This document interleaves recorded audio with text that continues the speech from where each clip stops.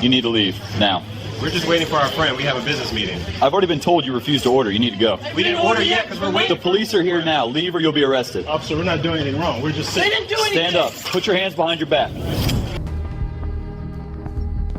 The handcuffs clicked shut on Nelson's wrists at 4:37 p.m. on April 12, 2018, inside a Starbucks in downtown Philadelphia. He was sitting. That's it. Just sitting at a table with his business partner Robinson, waiting for a white colleague to arrive for a real estate meeting. They'd been there for 2 minutes. 2 minutes before the manager decided they didn't belong and called 911. Nelson was 23 years old. Robinson was 25. They were entrepreneurs, college-educated, well-dressed, there for a legitimate business meeting. They weren't loud, weren't disruptive, weren't doing anything wrong. They were just sitting while black. And that was enough for manager Holly Hilton to call police and have them arrested for trespassing in a public business. What that manager didn't know was that every second was being recorded, that customers would defend the men, that the video would go viral with over 40 million views, that Starbucks would close 8,000 stores for racial bias training, that the CEO would personally apologize, and that this incident would spark a national conversation about the criminalization of black bodies in public spaces. This is the true story of how sitting while black became a crime, how a Starbucks manager weaponized police against two entrepreneurs, how Philadelphia police arrested men for doing nothing, how customer videos exposed racism, and how two young men turned humiliation into change that would impact millions. Before we dive deeper into this absolutely shocking story, hit that subscribe button if you believe in holding authority figures accountable when they abuse their power. Nelson grew up in North Philadelphia. His neighborhood was tough: poverty, violence, limited opportunities. But Nelson had a plan. He graduated from community college, studied business, worked multiple jobs. He wanted to build something, create wealth, break cycles. Robinson came from a similar background. Also North Philly. Also determined to succeed despite the odds. They met in 2015 at a business networking event. Bonded over shared experiences, shared ambitions, shared frustrations with how the world saw young black men. By 2018, Nelson and Robinson had started their own real estate investment company.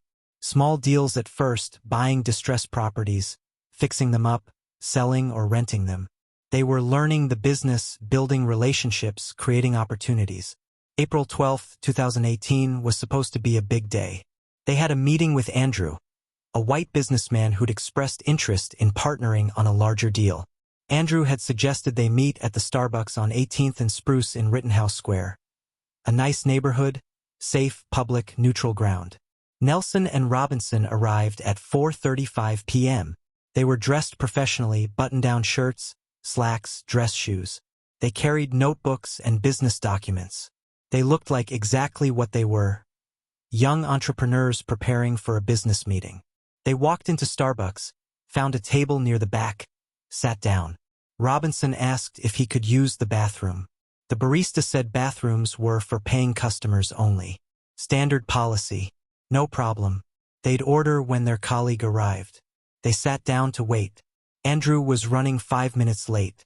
He texted to say he was on his way. Nelson and Robinson sat at their table, reviewing their notes, talking quietly about their proposal. They'd been sitting for approximately 2 minutes when manager Holly Hilton approached their table. What happened in the next 120 seconds would change their lives and spark a national movement. Holly Hilton was 47 years old. She'd been a Starbucks manager for 6 years. By all accounts, she followed company policies. She was professional, efficient, ran a clean store. But on April 12, 2018, she made a decision that would cost her job and become a case study in implicit bias. At 4:37 p.m., Hilton approached Nelson and Dante's table. "Can I help you with something?" Her tone was cold, accusatory. Nelson looked up. "No, thank you. We're just waiting for someone. We have a meeting. Are you ordering anything?" "We will when our colleague arrives. He should be here in a few minutes." "You need to order something or leave." Robinson spoke up. "We're waiting for a business meeting. He's on his way.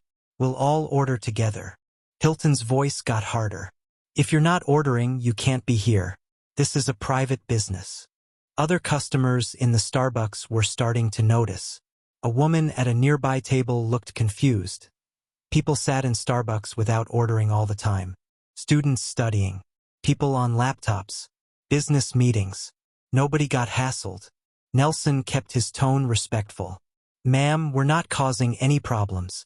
We're just sitting here waiting. Our friend will be here any minute. I'm asking you to leave. We're not leaving. We're waiting for someone. Hilton walked back to the counter, picked up the phone, called 911. Other customers watched in disbelief. A white woman named Melissa pulled out her phone and started recording. She'd been in that Starbucks dozens of times. She'd seen white customers sit for hours without ordering. She knew exactly what was happening. This wasn't about Starbucks policy. This was about two black men in a space where someone had decided they didn't belong. At 4:39 p.m., Holly Hilton called 911. 911, what's your emergency? I'm the manager at Starbucks on 18th and Spruce. I have two men refusing to leave. Are they causing a disturbance? They're refusing to order anything and they won't leave when I ask them to. Are they being threatening or aggressive? No, but they're trespassing. I've asked them to leave multiple times. Officers are on the way. The call lasted 47 seconds. In that call, Hilton never mentioned that the men said they were waiting for someone. Never mentioned they were having a business meeting. Never mentioned they were calm and non-threatening. She framed it as trespassing, as refusal to comply, as a problem requiring police intervention. While waiting for the police, other customers started speaking up. A white man approached the counter. Why did you call the police? They're just sitting there. Hilton didn't respond. Melissa, still recording, spoke to Nelson and Dante. Are you guys okay? What's happening? Nelson explained. We're waiting for a colleague. We have a business meeting. We've been here less than 5 minutes. She called the police because we hadn't ordered yet. DePino was shocked. That's ridiculous. People sit here all the time without ordering. At 4:44 p.m., 9 minutes after Nelson and Robinson had sat down, 6 Philadelphia police officers walked into the Starbucks. 6 officers. For 2 men sitting quietly at a table, waiting for a business meeting. 6 Philadelphia police officers entered the Starbucks. The lead officer approached Nelson and Dante's table. Other officers positioned themselves around the store. You two need to leave, the officer said. Nelson looked up. Officer, we're waiting for someone. We have a business meeting. The manager says you're trespassing. You need to leave now. We're not trespassing. We're customers waiting for a meeting. If you don't leave, you'll be arrested for trespassing. Robinson tried to explain. Our colleague is on his way. We were going to order when he got here. We've only been sitting here for a few minutes. The officer's tone hardened. I'm not asking again. Leave now or you're under arrest. Other customers started speaking up. A white woman called out, they didn't do anything wrong. Why are you threatening to arrest them? Another customer, this is ridiculous. People sit here all the time. Melissa kept recording. Her video was shaking slightly.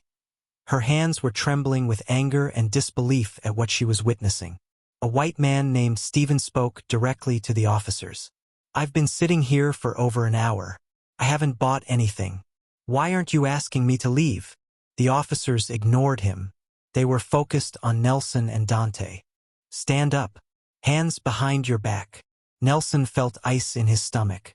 This couldn't be happening. They'd done nothing wrong. This was supposed to be a business meeting. Instead, he was about to be arrested for sitting in a coffee shop. Officer, please. We're not causing problems. Our colleague is literally pulling up right now. Stand up now. And at that exact moment, Andrew, the white colleague they'd been waiting for, walked through the door. Andrew walked into the Starbucks and immediately saw 6 police officers surrounding his business partners. His face showed shock, confusion, then anger. What's going on? These are my colleagues. We have a meeting. The lead officer turned to Andrew. These men are being asked to leave for trespassing. Trespassing? They're waiting for me. We're having a business meeting. I'm the one who's late. Andrew pushed through to the table. Rashawn, Dante, what happened? Dante's voice was calm but strained. We sat down to wait for you. The manager called the police because we didn't order yet. Andrew turned to the officers. This is insane. They were waiting for me. I was 5 minutes late. Why are you threatening to arrest them? Other customers were now openly protesting. Multiple people were recording on their phones. The scene was chaotic. 6 police officers, 2 young black men being told to leave, a white colleague trying to intervene, customers shouting that this was wrong. The manager, Holly Hilton, stood behind the counter, silent, watching her decision unfold. Officer, I'm their business partner, Andrew said firmly. We're here for a real estate meeting. They were waiting for me. There's no trespassing. The officer looked uncomfortable now. The situation was escalating. The optics were terrible. Customers were recording. A white man was vouching for the black men. But the manager had called 911, and officers had responded. Sir, the manager asked them to leave and they refused. That's trespassing. They were waiting for me. For a business meeting. How is that trespassing? The officer made a decision. They need to come with us. If the manager wants to press charges, that's her right. Andrew's voice rose. Press charges for what? For sitting? This is racial profiling. But the officers had made their decision. Nelson and Robinson were going to be arrested for the crime of sitting while black. Stand up. Hands behind your back. The officer's tone left no room for negotiation. Nelson and Robinson looked at each other. They knew the script. Young black men know what happens when you resist police, even when you're innocent. Compliance doesn't guarantee safety, but non-compliance can get you killed. They stood up slowly. Rashawn's hands were shaking slightly. Dante's jaw was clenched. We didn't do anything wrong, Nelson said quietly. Turn around. The handcuffs clicked shut. Cold metal on wrists. The sound that means freedom ending, dignity disappearing, life changing. The Starbucks erupted. This is wrong. They didn't do anything. This is racist. You should be ashamed. Customers were shouting at the police, at the manager, at anyone who would listen. Melissa kept recording, tears in her eyes. Andrew was yelling at the officers, demanding to know what charges were being filed. They're being arrested for defiant trespass, an officer said. Defiant trespass? They were sitting at a table waiting for a business meeting. The officers walked Nelson and Robinson toward the door. The handcuffs were tight.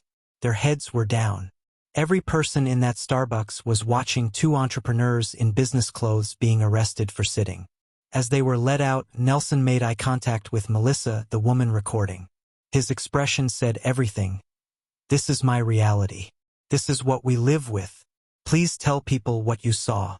DePino kept recording as they were placed in police cars. She knew this video needed to be seen. What she didn't know was that her 45-second video would be viewed over 40 million times and would change Starbucks forever. Melissa posted her video to Twitter at 5:02 p.m., just 18 minutes after the arrest. She captioned it, "At Starbucks the police were called because these men hadn't ordered anything. They were waiting for a friend to show up, who did as they were taken out in handcuffs for doing nothing. All the other white people are wondering why it's never happened to us when we do the same thing." The video was 45 seconds long.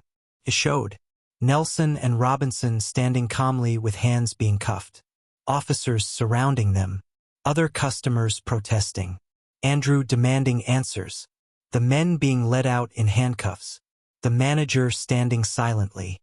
Within 30 minutes, the video had 10,000 views. Within 2 hours, 100,000. By midnight, 2 million. By the next morning, 11 million. The comments were furious. They arrested them for sitting? This is America in 2018. Meanwhile, white people camp out in Starbucks for hours with laptops and nobody calls the police. This is what racism looks like. Not slurs. Not violence. Just the assumption that black people don't belong. The manager should be fired. The officers should be ashamed. This is disgusting. Other videos emerged, different angles from other customers. Steven, the white man who'd been sitting there longer without ordering, posted his own video explaining that he'd witnessed everything and that it was blatantly racist. By April 13th, every major news outlet was covering the story. CNN, NBC, ABC, CBS, Fox News, The New York Times, Washington Post. Black men arrested at Starbucks for sitting became the top trending story in America. Civil rights organizations condemned the arrest. The NAACP issued a statement. Black Lives Matter organized protests. Celebrities tweeted their outrage. Starbucks CEO Kevin was in Seattle when his communications team reached him. "Sir, we have a crisis. A video of 2 black men being arrested at one of our stores is going viral. It's everywhere." Kevin watched the video. His face went pale. "Oh my God. Get me on the next flight to Philadelphia." Starbucks was about to face the biggest PR crisis in its history, and it was entirely self-inflicted. Nelson and Robinson were taken to the Philadelphia Police 9th District.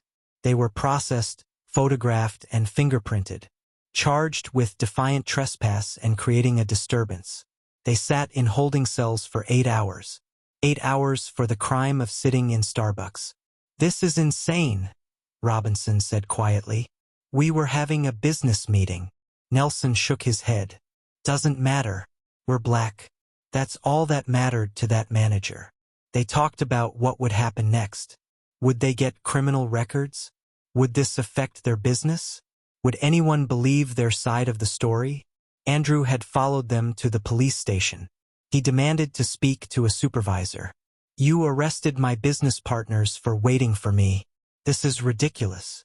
Philadelphia Police Commissioner Richard Ross reviewed the case around 10 p.m. He watched the videos that were now all over social media. He saw the optics. He made a decision. At 1 a.m. on April 13th, 8 hours after the arrest, Nelson and Robinson were released. No charges filed. The district attorney's office had declined to prosecute. They walked out of the police station exhausted, traumatized, and angry. Andrew was waiting with his car. "I'm so sorry," Andrew said. "This should never have happened." Rashawn's voice was flat. "But it did happen. And it happens every day to people who don't have videos. Who doesn't have white colleagues vouching for them." They drove in silence. The business meeting never happened. The deal they'd been working on felt meaningless now. All they could think about was the handcuffs, the humiliation, the injustice. But while they were in that holding cell, the world was watching. And Starbucks was about to feel the consequences. April 13th, 2018. Starbucks stock dropped 1.2% as the video spread. Hashtag Boycott Starbucks was trending worldwide. Protests were being organized outside Starbucks locations. The backlash was immediate and severe. CEO Kevin arrived in Philadelphia that afternoon. He went directly to the Starbucks where the arrest happened. Media was everywhere. Protesters were chanting outside. Kevin issued a public statement. "The video shot by customers is very hard to watch, and the actions in it are not representative of our Starbucks mission and values. Creating an environment that is both safe and welcoming for everyone is paramount for every store. Regrettably, our practices and training led to a bad outcome. The basis for the call to the Philadelphia Police Department was wrong. But the statement wasn't enough. People wanted action. They wanted accountability. They wanted to know how this happened and how Starbucks would fix it. Kevin did something unprecedented. He personally called Nelson and Robinson, asked to meet with them face-to-face, to apologize directly. At first, Nelson and Robinson didn't want to meet. Why should they? They'd been arrested, humiliated, traumatized. An apology wouldn't fix that. But their attorney, Stuart Cohen, advised them to listen. This could be an opportunity, not just for you, but for change that helps others. On April 14th, Kevin met with Nelson and Robinson in a private room at a Philadelphia hotel. No cameras, no PR team, just the CEO and the 2 men his company had helped arrest. Kevin's first words, "I'm deeply sorry. What happened to you was wrong. It should never have happened. I take full responsibility." But words weren't going to be enough. Nelson and Robinson wanted real change. and they had the leverage to demand it. Kevin sat across from Nelson and Dante, the CEO of a $90 billion company facing two young entrepreneurs he'd never met before this crisis. "Tell me what happened," Kevin said. "I want to hear it from you."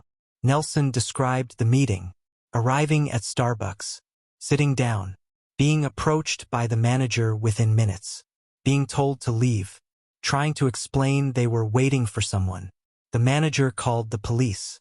6 officers, handcuffs, arrest, 8 hours in jail, charges that were later dropped. "We did nothing wrong," Nelson said. "Nothing. We were sitting, waiting for a business meeting. That's it." Kevin listened without interrupting. When Nelson finished, Kevin said, "You're right. You did nothing wrong. The manager was wrong. Our training was wrong. Our policies enabled this." I'm sorry. Robinson spoke for the first time. "Sorry doesn't undo what happened. We were arrested, handcuffed, humiliated, treated like criminals. For sitting." "You're right," Kevin said. "Sorry isn't enough. Tell me what would make this right." Nelson and Robinson had discussed this with their attorney. They didn't just want an apology. They wanted change that would prevent this from happening to anyone else. Their demands: fire the manager who called police, change Starbucks policy so anyone can use bathrooms and sit without purchasing, institute racial bias training for all Starbucks employees nationwide, create a program to support young entrepreneurs in underserved communities. A public acknowledgement that racial bias led to their arrest. Kevin didn't hesitate. Done. All of it. On April 15th, Starbucks announced that manager Holly Hilton was no longer with the company. That afternoon, Kevin announced Starbucks would close all 8,000 company-owned stores on May 29th for racial bias training for 175,000 employees. But would training actually change anything? Or was this just corporate damage control? Nelson and Robinson could have sued Starbucks for millions. Wrongful arrest, racial discrimination, emotional distress, defamation. With the viral video as evidence, they would have won easily. Instead, they negotiated a settlement that focused on impact over personal gain. On May 2, 2018, Starbucks announced a settlement with Nelson and Robinson. Terms: personal settlement, $1 each, $1. Symbolic, community impact, $200,000 to fund a grant program for young entrepreneurs in Philadelphia, particularly in underserved communities.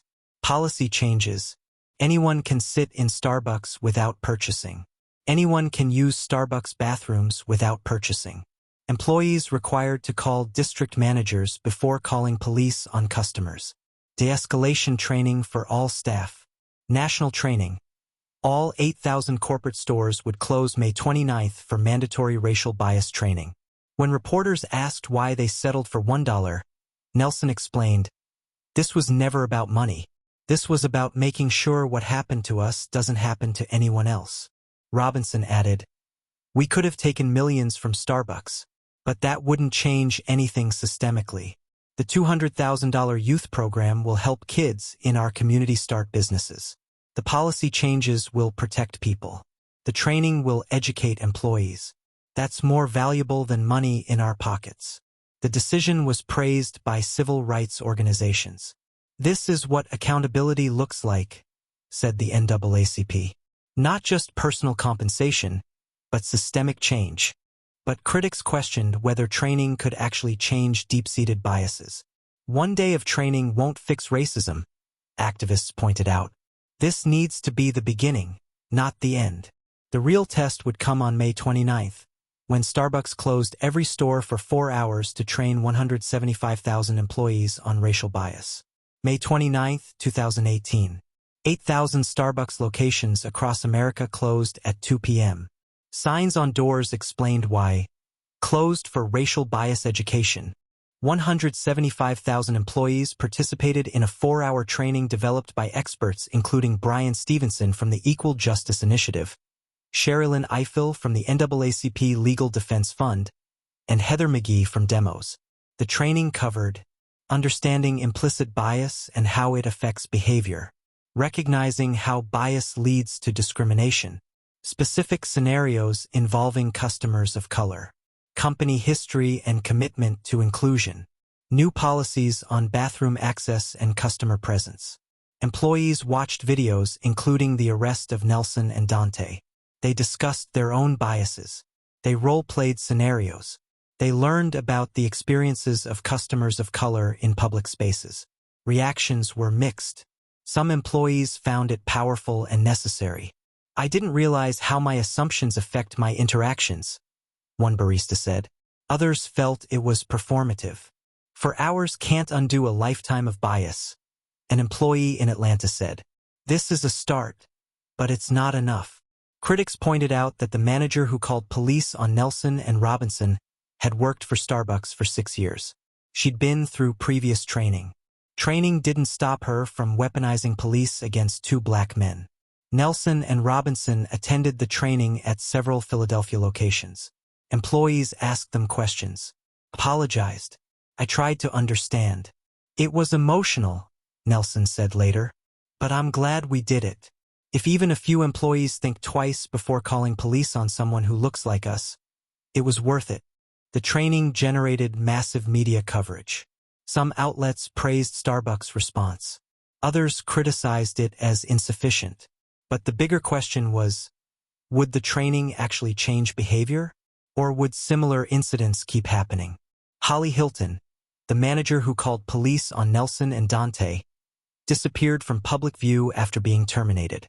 She gave no interviews, released no statements, deleted her social media accounts. But information about her emerged through reporting. She'd been a Starbucks manager for 6 years. No previous disciplinary issues. Generally well regarded by employees. By all accounts, she wasn't overtly racist. She had black coworkers, black friends, and had never expressed racist views. So why did she call the police on 2 black men sitting quietly? Implicit bias. The unconscious associations that shape our perceptions and actions. Hilton likely didn't think she was being racist. She probably told herself she was enforcing policy, that the men were loitering, that they were suspicious. But the reality is clear. Hilton saw 2 young black men and made assumptions. She decided they didn't belong. She decided they were a problem.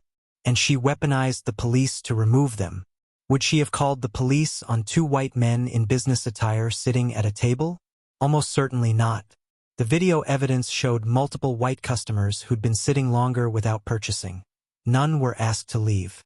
Hilton became a symbol, not of individual evil but of systemic bias, of how ordinary people with no conscious racist intent can still perpetuate racism through their actions. After her termination, Hilton reportedly moved out of Philadelphia. Friends said she was devastated by the incident and its aftermath. She never publicly apologized to Nelson and Dante. Some people felt sympathy for her, a woman who made a terrible decision and lost everything. Others felt no sympathy. Her decision led to 2 innocent men being arrested. The truth is probably both. Holly Hilton made a choice rooted in bias. That choice had consequences. And those consequences revealed uncomfortable truths about how bias operates in daily life. The Philadelphia Police Department faced criticism for how officers handled the situation. 6 officers for 2 men sitting quietly? Immediate arrest without investigation? Why? Police Commissioner Richard Ross initially defended his officers. On April 14th, he posted a video statement. "As an African-American male, I am very aware of implicit bias. We are committed to fair and unbiased policing. But in this case, the officers responded to a call and did their jobs." The statement enraged activists. Did they do their jobs? Their job is to arrest people for sitting. Ross clarified. Once police were called and the manager insisted the men were trespassing, officers had limited options under Pennsylvania law. If a business owner or manager claims someone is trespassing and refuses to leave, police can arrest. But critics pointed out that officers have discretion. They could have de-escalated. They could have waited for the business colleague to arrive. They could have talked to the manager about whether this was really necessary. Instead, 6 officers treated 2 entrepreneurs in business clothes like threats requiring immediate arrest. By April 17, Commissioner Ross apologized. "I failed to account for the impact on the community. I should have apologized sooner. What happened was wrong." The Philadelphia Police Department instituted new training on de-escalation and implicit bias. They also changed protocols. Officers responding to trespassing calls at businesses must attempt de-escalation before arrest. But the damage was done. The arrests showed how police can be weaponized against Black people for existing in spaces where others don't think they belong. "This is the danger," said civil rights attorney Stuart Cohen. "Anyone can call police on Black people and police will show up ready to arrest. That's a form of social control. That's how public spaces stay segregated even without formal segregation laws." The arrests weren't just about Starbucks. They were about who gets to exist in public spaces without fear of police violence. The Starbucks arrest was not isolated. In the weeks after, media outlets documented dozens of similar incidents where police were called on Black people for ordinary activities. April 2018. Black family barbecuing in Oakland Park. White woman called police. Officers responded. Later dubbed Barbecue Becky. May 2018. Black student napping in Yale dorm common area. White student called police claiming she didn't belong there. She lived in that dorm. June 2018. Black family using community pool in South Carolina. White woman called police saying they didn't belong. They were residents. July 2018. Black politician canvassing her own neighborhood. White constituent called police to report suspicious activity. She was campaigning for office. The pattern was clear. White people calling police on Black people for existing in spaces. Coffee shops, parks, pools, dorms, neighborhoods, where others didn't think they belonged. Social media gave these incidents a name. Living while Black. The hashtag trended for months. It became a way to document and share experiences of racism in daily life. What made the Starbucks arrest different was the video evidence, the clear timeline, and the 2 articulate young men who refused to stay silent. Nelson and Robinson became spokespeople for a broader movement.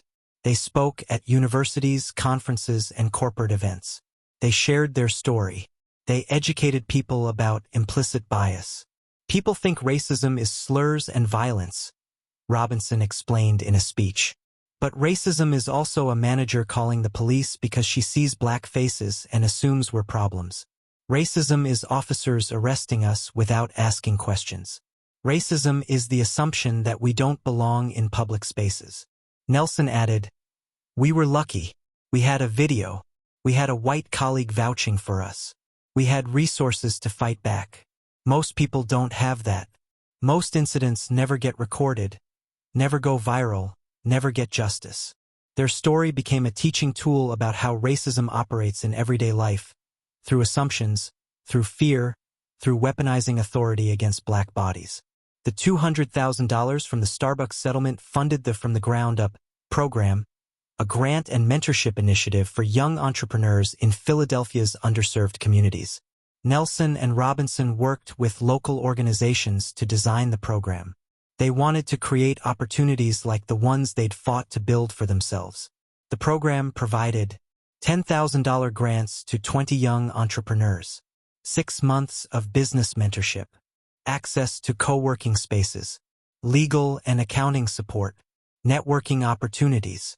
Applications opened in June 2018. They received over 500 applications. The stories were heartbreaking and inspiring.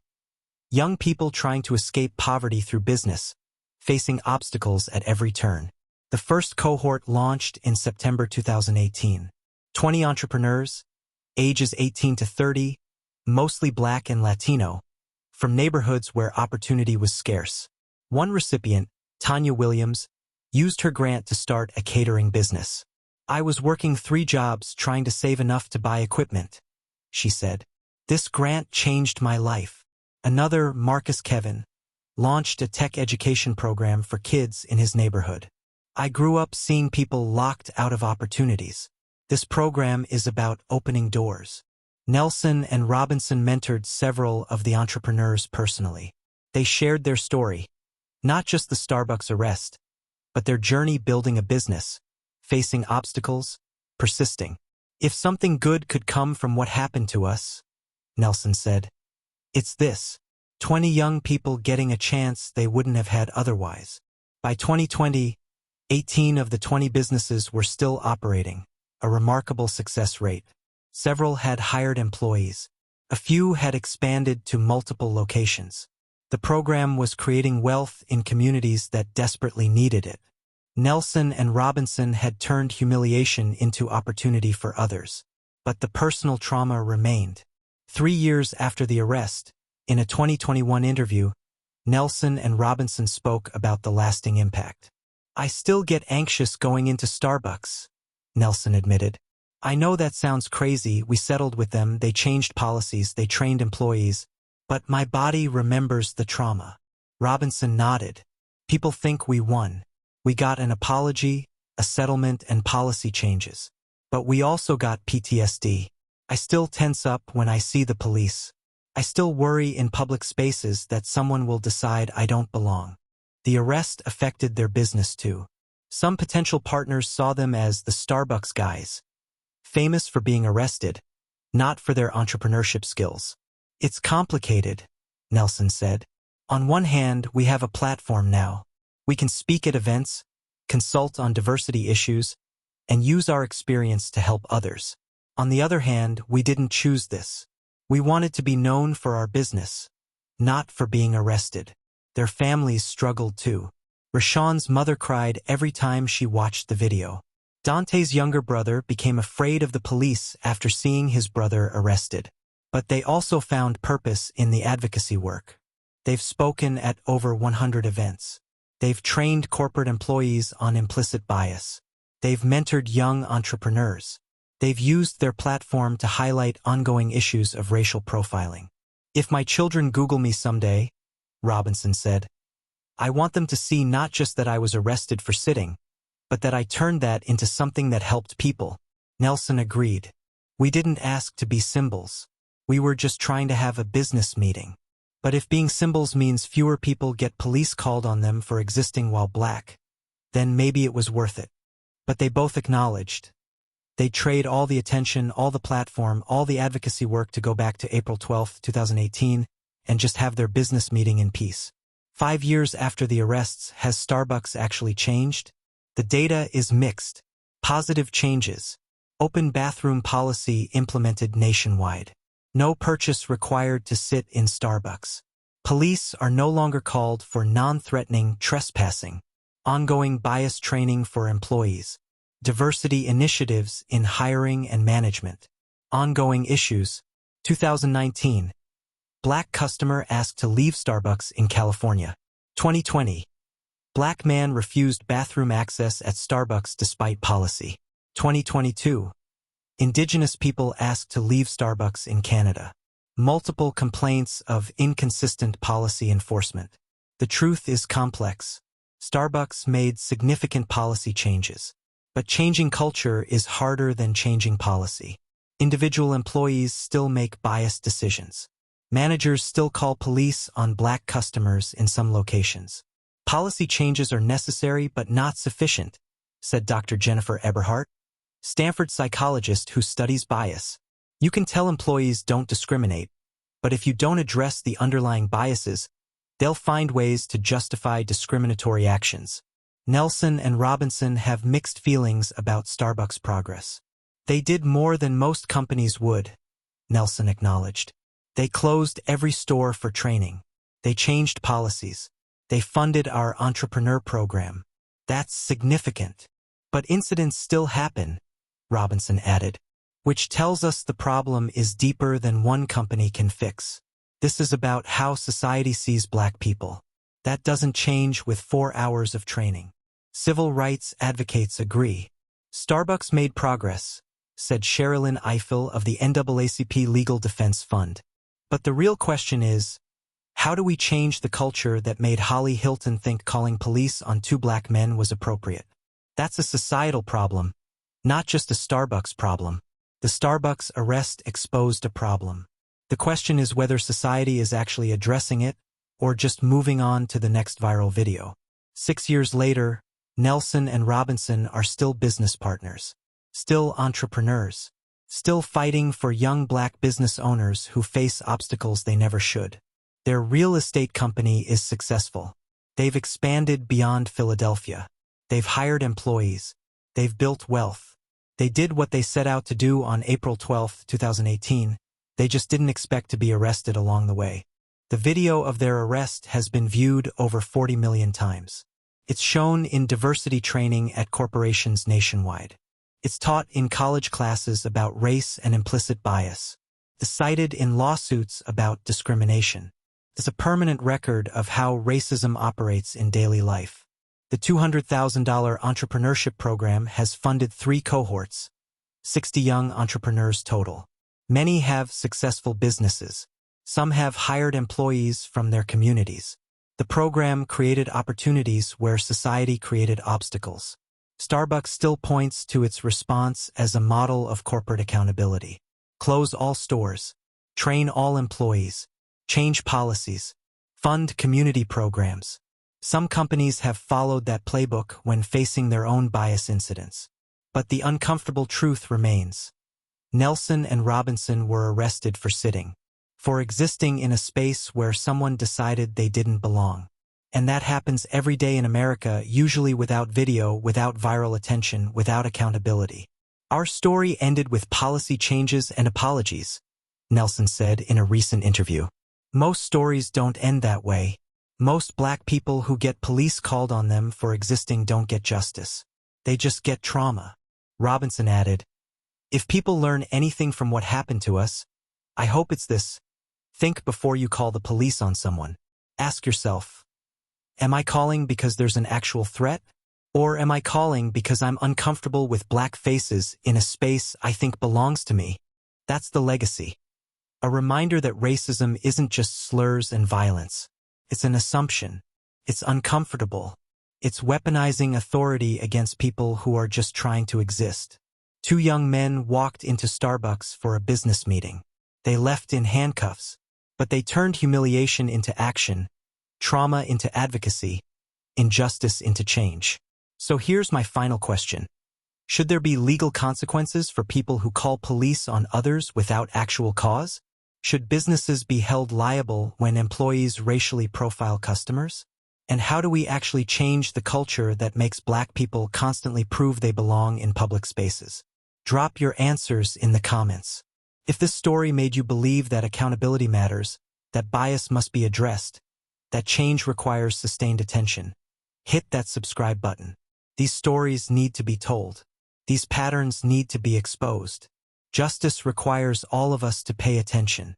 Thank you for watching. I'll see you in the next one.